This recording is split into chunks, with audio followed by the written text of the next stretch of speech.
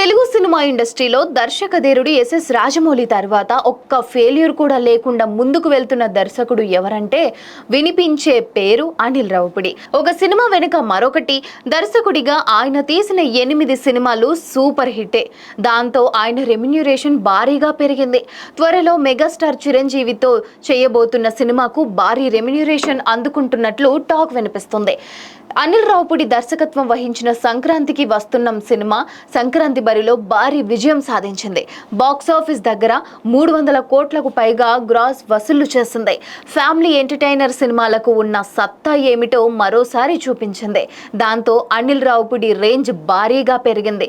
Megastar Chiranjeevi కథానాయకుడిగా అనిల్ రావిపూడి దర్శకత్వంలో shine screens సంస్థ అధినేత సాహు గారపాటి ఒక సినిమా నిర్మించిన సంగతి తెలిసిందే. చిరంజీవి కుమార్ సుష్మిత కొనిదెలకు చెందిన గోల్డ్ బాక్స్ ఎంటర్టైన్మెంట్ సంస్థ నిర్మాణ భాగస్వామి.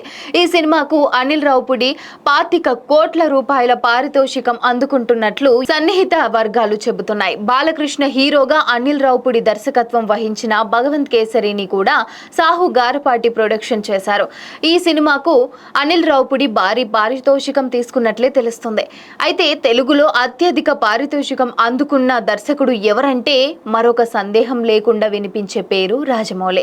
ఒక తెలుగులోనే కాకుండా హిందీ, తమిళ్, కన్నడ, మలయాళం, ఆ మాటకు వస్తే ఇప్పుడు ఫారిన్ కంట్రీస్ లో కూడా రాజమౌళి పేరు మీద బిజినెస్ జరుగుతుంది. రాజమౌళి తర్వాత ఎవరు అని ప్రశ్నిస్తే సుకుమార్, త్రివిక్రమ్ శ్రీనివాస్, బోయపాటి శ్రీను వంటి దర్శకులు ఉంటారు.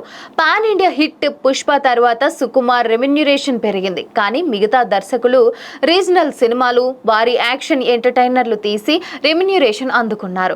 ఆ దర్శకుల జాబితాలో ఇప్పుడు అనిల్ రావిపూడి కూడా చేరినట్టే. హిందీలో భారీ విజయం సాధించిన యానిమల్, అంతకు ముందు కబీర్ సింగ్ సినిమాలతో సందీప్ రెడ్డి వంగ స్టార్ డైరెక్టర్ అయ్యారు.